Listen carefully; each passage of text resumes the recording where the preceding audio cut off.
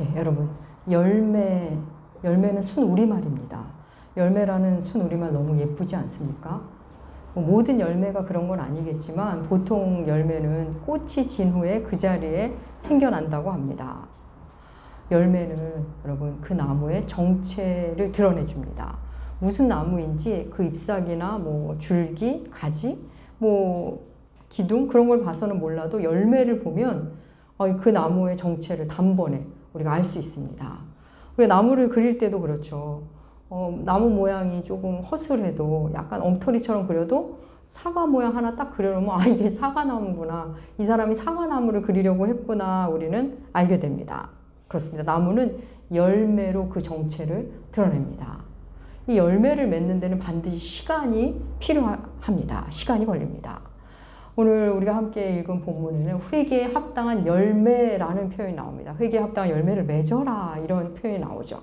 회개에 합당한 열매 이 표현을 여러분 잘 기억해 두시면 좋겠습니다. 지난주 세례 요한이 전하는 죄사함에 이르게 하는 회개 설교, 회개 세례에 대해서 우리 함께 나눴죠.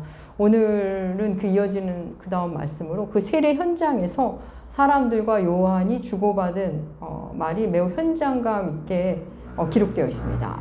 이 세례 현장의 대화를 살펴보면서 오늘 사는 우리에게 주신 하나님의 말씀을 선포하도록 하겠습니다.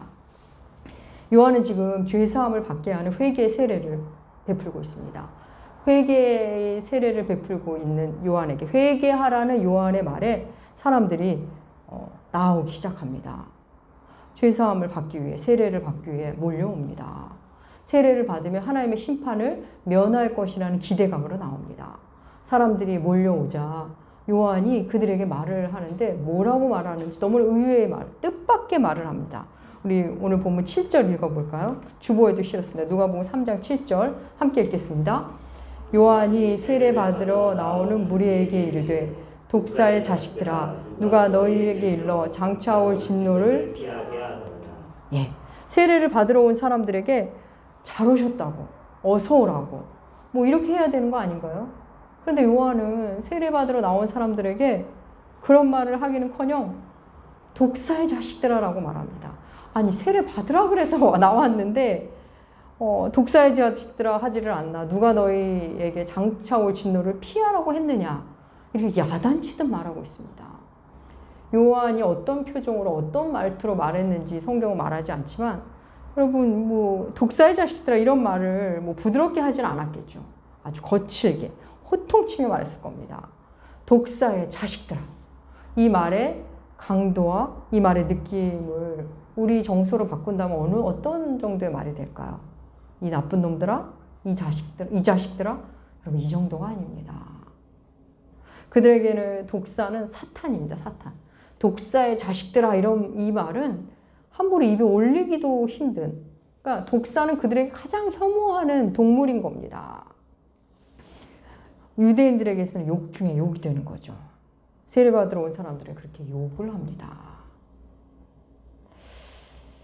너희들 달랑 세례 한번 받고 하나님의 심판 피하려 하는구나. 잠시 의식 하나 치르는 것으로 하나님의 진노를 피할 수 있을 것 같으냐?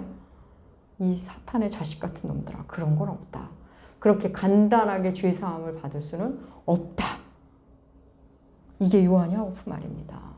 요한은 이어서 심판에 대한 말을 하죠. 이어지는 말씀 함께 보겠습니다. 요한복음 3장 8절과 9절 함께 읽겠습니다. 그러므로 회개에 합당한 열매를 맺고 속으로 아브라함이 우리 조상이라 말하지 말라. 내가 너희에게 이르노니 하나님이 능히 이 돌들로도 아브라함의 자손이 되게 하시리라. 이미 도끼가 나무 뿌리에 놓였으니 좋은 열매 맺지 아니하는 나무마다 찍혀 불에 던져지리라. 아멘. 죄사함은 그렇게 의식 하나로 되는 게 아니다. 회개에 합당한 열매를 맺어야 한다. 너희가 아브라함의 자손이라고 유대인이라고 혈통으로 구원받는다고 생각하지 마라. 하나님이 이 돌들로도 아브라함의 자손을 만들 수 있다. 이미 심판이 시작됐다. 좋은 열매를 맺지 않은 나무는 찍어서 불에 던져질 거다. 이 말의 핵심은 회개에 합당한 열매를 맺으라입니다.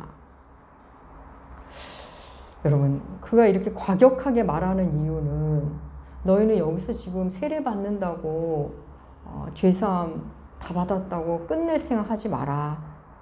회개에 합당한 열매를 맺어야 한다는 말입니다. 여러분, 오늘의 언어로 말한다면 이거죠.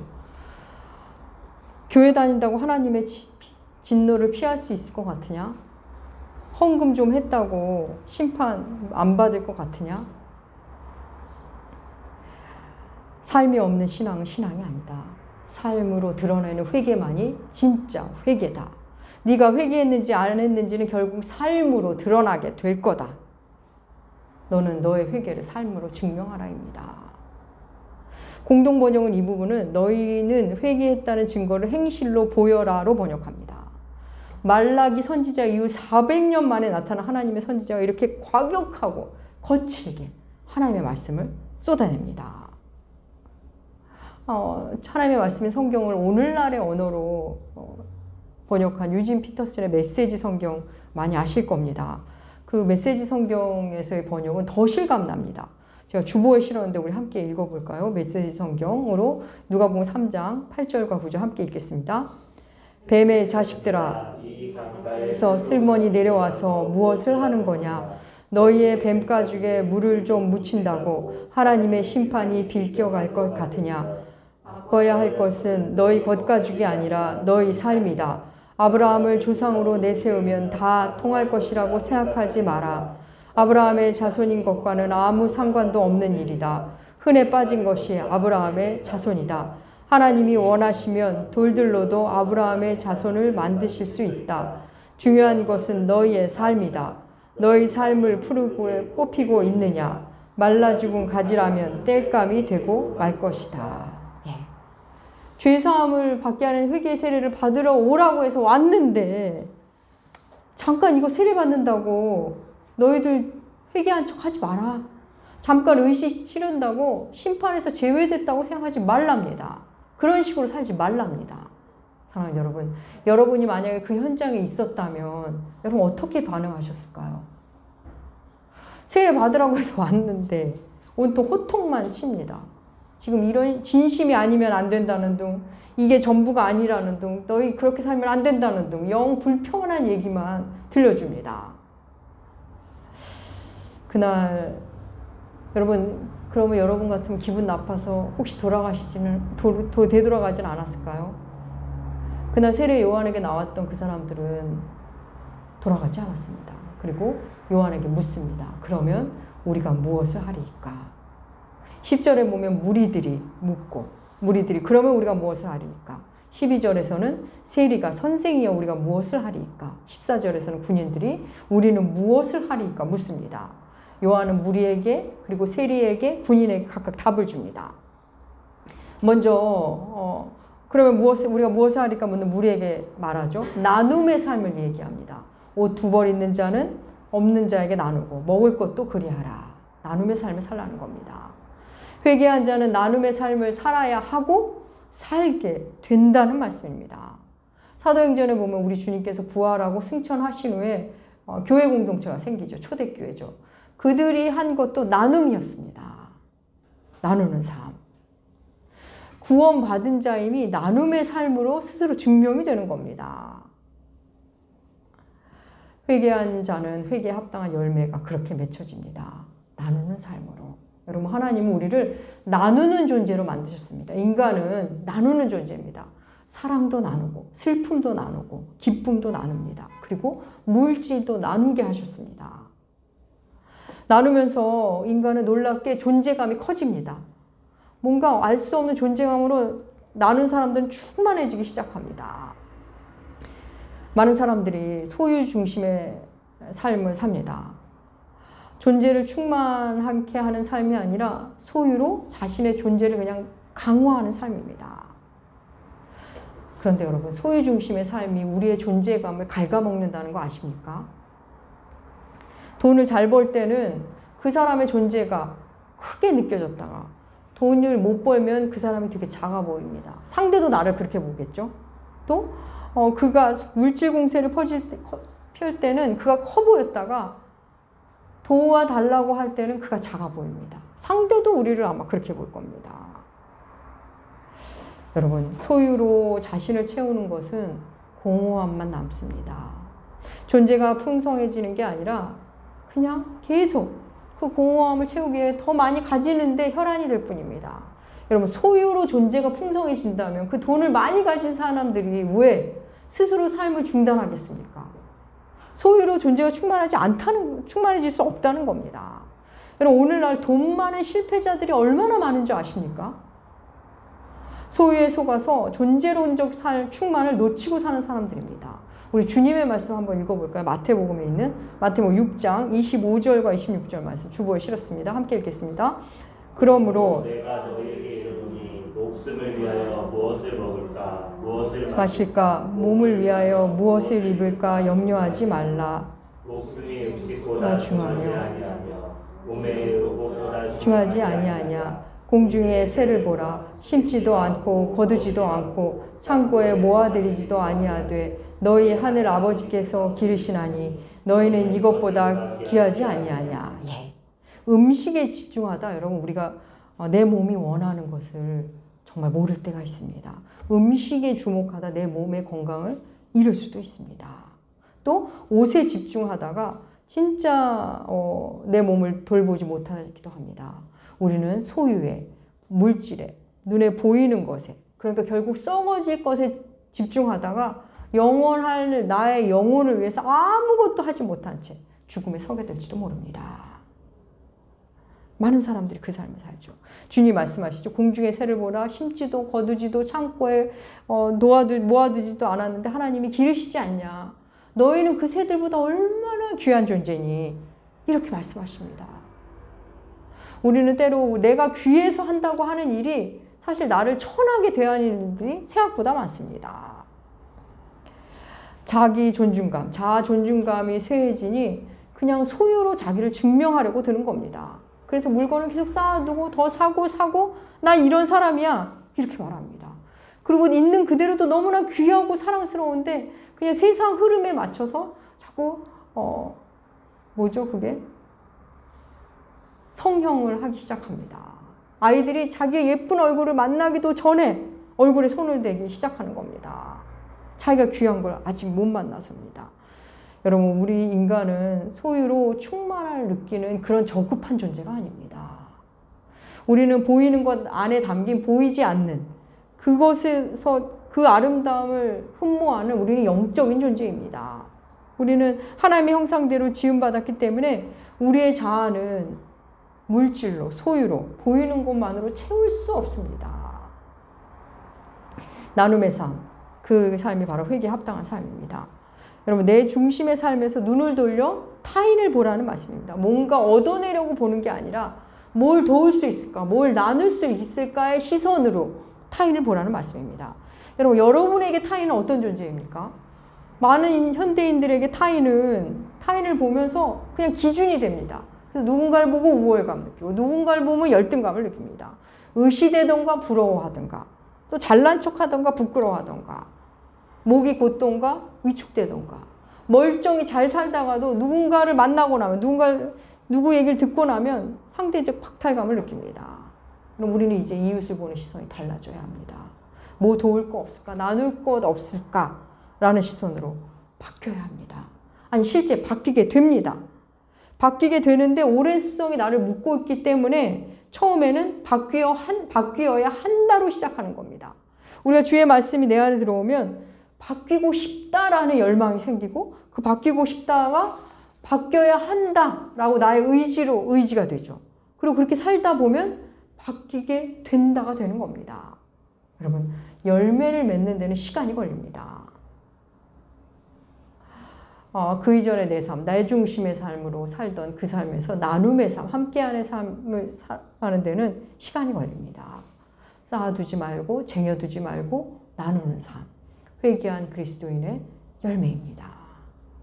요한에게 세례를 받으러 여러 직업군의 사람들이 나왔을 텐데 특별히 세리와 군인에 대한 이야기가 나오죠. 많은 직업군이 나왔을 텐데 왜 세리와 군인일까요? 뭐 공무원도 있을 테고 상인, 어부, 목수 뭐 여러 직업이 있을 텐데 세리와 군인만을 다룹니다. 여러분, 당시 세리는 민족의 반역자 같은 사람입니다. 세금을 걷어서 로마에 바치는 사람, 그런 일을 하면서 중간에 이속을 차리는 사람. 또 군인도 그렇습니다. 로마의 지배를 받으면서 로마 군병으로 그 로마 황제의 수하에서 밥벌이를 하는 사람입니다. 그러니까 이를테면 우리나라로 비유하면 일제강점기에 있을 때 제국의 수하에서 일본에 기대어서 돈을 벌던 사람들입니다. 나름의 이유가 있고 사연이 있겠지만 동족들로부터 손가락질을 받는 직업군입니다. 여러분 생각해 볼까요? 세리와 군인은 이미 자기들은 율법으로는 구원받을 수 없다고 생각한 사람들입니다. 그런데 하나님의 선지자가 나타나더니 죄사함에 이르는 회개의 세례를 받으라는 겁니다. 그 소식을 들으니 저 사람 앞에 가서 세례를 받으면 내가 구원받을 수 있겠구나라는 생각이 들었겠죠. 그래서 다른 직업군의 사람들보다 세리와 군인은 좀 더 진지하고 좀 더 기대하는 마음으로 그 자리에 왔을 겁니다. 자신들의 삶이 조금 부끄러웠지만 하나님께 갈 수 있는 길이 있다니 얼마나 반가운 소식이었을까요? 그들은 어쩌면 이미 삶의 자리에서 독사의 자식들아라는 소리를 수없이 들어온 사람일지도 모르겠습니다. 세리가 군인에게 독서를 퍼붓었던 요한 그에게 그들이 묻죠. 그럼 우리는 어떻게 무엇을 해야 합니까? 질문받은 요한은 일상에서 어떻게 해야 하는지, 그들의 직업의 현장에서 어떻게 해야 하는지를 답해줍니다. 여러분, 예수 믿는 삶이 어떤 삶인지는 교회 공동체 안에서 우리가 배우게 됩니다. 배우고 경험하고 연습도 하죠. 그런데 그 배움과 경험과 연습이 실제로 열매 맺는 곳은 가정과 일터입니다. 그게 진짜 나의 삶의 현장이기 때문입니다. 여러분, 가정과 일터에서는 우리 신앙의 민낯이 그대로 드러납니다. 나도 모르게, 나도 몰랐던 내 신앙의 실체, 내 신앙을 가족들이 봅니다. 잘 그동안 숨겨놓았던 그 움켜쥐는 심성, 내 중심의 이기심이 가정에서는 감춰지지가 않습니다. 또 일터에서도 마찬가지입니다.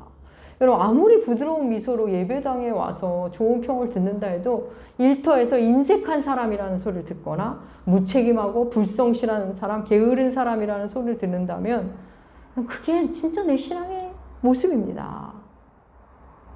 요한은 우리가 어떻게 해야 하냐는 어찌하오리까 묻는 그들에게 직업 윤리에 가까운 말을 하고 있습니다. 세리에게는 부과된 세금 외에 거둬들이지 말라. 군인에게는 강탈하거나 거짓 고발하지 말고 받은 급료에 족한 줄 알라 합니다. 지금 세리와 군인에게 공통적으로 하는 부분이 있는데 눈치채셨죠? 재정의 문제, 돈 문제입니다. 세리에게는 정한 돈만 받아라. 군인에게는 받은 급료에 족한 줄 알라. 여러분, 우리의 경제활동에는 두 가지 흐름이 있습니다. 어떻게 돈을 버느냐, 그리고 어떻게 돈을 쓰느냐입니다.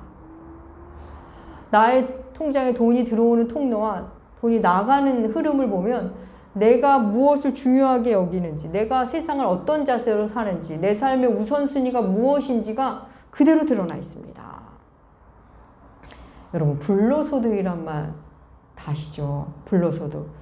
노동으로 벌어들인 소득이 아니라 노동 외로 어떤 소득을 벌어들인 걸 말합니다. 뭐 예를 들면 부동산 소득 같은 거, 임대료, 뭐 상속, 그 다음에 투자한 것에 대한 어떤 배당금, 이런 걸 우리는 불로소득이라고 부르죠. 오늘날 우리나라의 경우입니다. 우리나라의 경우 불로소득을 다들 꿈꾸며 삽니다. 불로소득이란 말 쓰지는 않죠, 이제는. 재테크라는 아주 그냥 매력적인 말로 바뀌어서 그렇지, 그 돈 많은 사람들이 하는 재테크는 사실 돈 놓고 돈 먹는 불로소득입니다. 여러분, 생각해 볼까요? 연예인들이 광고 한 편 찍고 수억 원을 번답니다. 유명한 개그맨이 행사에서 1시간 행사 진행하고 수천만 원을 번답니다. 스포츠 스타들의 연봉이 몇십억대, 100억대 된다고 합니다. 예. 자본주의라 그런 거 맞습니다. 자본주의 원래 그래, 맞습니다. 그런데 이게 과연 정상적인 사회일까요? 어디선가는 몇십만 원 때문에 죽음을 생각하는 사람도 있습니다. 우리가 사실 다 익숙해서 그렇지, 그래서 아무렇지 않게 다 그렇게 생각하니까 익숙해서 그렇지, 잘 생각해 보면 이건 모두 자본의 횡포입니다. 뭐 세상은 그렇다 치고 심지어는 교회도 그렇습니다. 교회가 부동산으로 돈을 벌었네. 얼마나 뭐 수익을 벌었네. 이렇게 이야기하는 지경까지 갔습니다. 이런 모습 과연 바르게 가는 걸까요? 여러분, 내가 10만 원으로 100만 원을 만들었다면 누군가는 90만 원을 잃은 사람이 있는 겁니다. 또 반대도 있겠죠. 내가 뭐 10만 원을 잃었다면 누군가는 또 10만 원을 뭐 벌었겠죠. 여러분, 누가 사기당하는 줄 아십니까? 10,000원으로 10만 원 만들고 싶어 하는 사람들이 사기당합니다. 사기꾼이 제일 나쁜 사람입니다. 그럼에도 불구하고 거기에 혹한 것은 당연히 나는 그를 믿었다 말로는 그게 부실이 될 수 없습니다. 내가 탐심에 이끌렸다는 걸 부인할 수 없을 겁니다. 뭐 쉽게 들어온 돈 또 쉽게 씁니다. 사랑하는 여러분, 우리는 정말 남을 돕기 위해 저축하는 삶, 그런 삶을 살면 좋겠습니다. 돈이 내게 와서 머무는 게 아니라 나를 통과하며 흘러가는 삶을 정말 사시면 좋겠습니다. 회개한 세리라면 이제 정한 세금을 거둘 겁니다. 회개한 군인이라면 사람을 괴롭게 하거나 힘을 사용하지 않고 또 받은 급료에 감사하며 살 겁니다. 그게 회개에 합당한 열매 맺는 삶이겠죠. 근데 여러분, 여기서 좀 의아한 게 한 부분 있습니다. 아까 세리와 군인이 어떤 부류의 사람이라고 말씀드렸죠. 그런데 동족에게 세금을 걷어들이고 그 다음 제국의 밑에서 일하는 사람. 그런데 회개했다면 그 일을 그만두어야 되는 거 아닌가요? 요한은 그들에게 그 일을 그만두라고 하지 않습니다. 직업을 바꾸라 하지 않습니다. 다만 그곳에서 바르게 살라고 합니다. 여러분, 직장을 바꾸는 게 중요하지 않습니다. 현재 직장에서 어떻게 살아가느냐가 중요합니다. 하나님은 항상 그걸 보십니다. 하나님은 내 곁에 사람을 고치라 하지 않으십니다. 너가 그곳에서 너의 삶을 바르게 살기를 먼저 원하십니다. 여러분, 직업을 바꾸면, 직장을 바꾸면 더 잘할 수 있다고 생각하십니까? 나같이 괜찮은 사람이 이렇게 형편없는 직장에 들어오신 것 같습니까? 여러분, 직장에서도 우리 직장에 저런 인간이 들어왔을까 할지도 모릅니다. 상사가 힘들어서 그리스도인으로 살기 힘드시다고요? 여러분, 낮은 권력으로도 사람을 학대합니다. 장군만 나쁜 짓을 하는 게 아니라 1등병도 사람을 학대하기도 합니다. 나의 상사가 어떻게 저런 사람이 교회를 다니지? 그렇게 생각할지도 모릅니다. 여러분, 회개에 합당한 열매를 맺는 결국은 사랑의 삶이겠죠. 사랑의 삶, 감사의 삶. 김구 선생님은 우리 그리스도인의 직업윤리에 꼭 맞는 말을 하셨습니다. 한번 제가 읽어보겠습니다. 짧습니다. 돈에 맞춰 일하면 직업이고 돈을 넘어 일하면 소명이다. 직업으로 일하면 월급을 받고 소명으로 일하면 선물을 받는다. 어떠십니까? 우리 사회, 내 직장에서 고쳐나갈 것은 함께 고쳐나가되 기본적인 것은 우리가 돈을 넘어 사명으로, 소명으로 일하시면 얼마나 좋을까요? 그렇게 되시길 축복합니다. 기독교 신앙을 가진다는 것은 여러분 변화의 길에 오른 겁니다. 회개한다는 것은 변화가 시작되는 겁니다. 가정에서의 태도, 어떤 일을 대하는 태도, 삶의 자세, 일터에서 내게 주어진 일을 대하는 태도 달라집니다. 어떤 분들 내가 구원받는지 잘 모르겠어요 하는 분들이 있는데 여러분 믿음은 내가 믿습니다가 믿음이 아닙니다. 뭐 그렇게 시작할 수는 있지만 내가 믿는지는 삶으로 드러납니다. 저 사람이 나를 믿는 건지는 일을 같이 해보면 이렇게 뭔가 대화를 해보고 같이 살다 보면 다 알지 않습니까? 아, 내 아내가 나를 믿는구나. 내 남편이 나를 믿는구나. 그러니까 우리 삶에서 드러나게 되어 있습니다. 모든 믿음은. 우리가 내가 믿는 자인지는 내 삶에서 내가 보게 됩니다. 내가 믿음이 없구나, 믿음이 있구나. 여러분, 하나님이 계시다는 걸 믿는데 내가 용서받은 죄인이라는 걸 믿는다면 어떻게 삶이 달라지지 않을 수 있을까요? 진심으로 예수를 믿으면 변화되지 않는 게 기적이다라는 말 들어보셨죠? 여러분, 그 말이 괜히 나온 게 아닙니다. 예수를 믿으면 일상의 한 영역 한 영역에 꾸준히 변화됩니다. 요한에게 세례를 받으러 왔다가 호되게 야단 맞은 그들은 나보고 어쩌라고, 이게 나야, 내 참 더러워서, 이러고 돌아가지 않았습니다. 예수를 만난 사람, 죄사함의 회개의 자리에 선 사람은 그러면 제가 무엇을 하리까? 묻게 됩니다. 여러분, 그렇게 시작된 질문, 회개한 사람의 첫 질문입니다. 이제 내가 무엇을 하리까? 그럼 이 질문이 우리의 신앙생활, 죽음으로 가기 전까지 중간중간 이 질문이 나옵니다. 뭔가 상황이 내 마음대로 되지 않을 때, 하나님 제가 무엇을 하리까? 또 내가 뭔가 마음껏 할 수 있을 때도, 주여 제가 무엇을 하리까? 주께서 나를 책망하고 징계하실 때, 주여 제가 무엇을 하리까? 우리는 이렇게 묻게 됩니다. 내가 죄인임을 아는 사람은 나보고 어쩌라고, 이게 나야, 네가 나한테 맞춰, 이런 식의 삶의 태도는 없어집니다. 그리고 주께 계속 묻죠. 제가 무엇을 하리까? 그렇게 묻는 자에게 열매, 회개에 합당한 열매가 맺혀집니다. 그 삶에 예수가 더 많아지고 그 존재에 예수의 영이 더 역사하십니다. 사랑하는 남교회 교회 여러분, 회개한 사람은 자신의 회개를 삶으로 드러냅니다. 회개에 합당한 열매를 맺기 시작합니다. 회개에 합당한 열매를 여러분의 일상 가운데, 또 인격 가운데, 존재 가운데 아름답게 맺히시길 주의 이름으로 축복합니다. 기도하겠습니다. 하나님 감사합니다. 회개한 자로서 살아가도록 말씀 주시니 감사합니다. 혀끝으로 하는 형식적인 회개가 아니라 진정 삶으로 회개하는 자, 존재의 변화로 우리의 구원이 자라도록 인도하여 주시옵소서. 나무교회에서 잘 배우고 잘 익혀서 가정에서 일터에서 진정 회개에 합당한 열매들을 한 달 한 달, 한 해 한 해 풍성히 맺게 하여 주시옵소서. 우리가 죄인임을 아는 것이 모든 문제의 실마리임을 만나게 하여 주시옵소서. 감사드리며 존귀하신 예수님의 이름으로 기도합니다. 아멘. 네, 오늘은 5월 첫 주 성찬식을 하겠습니다.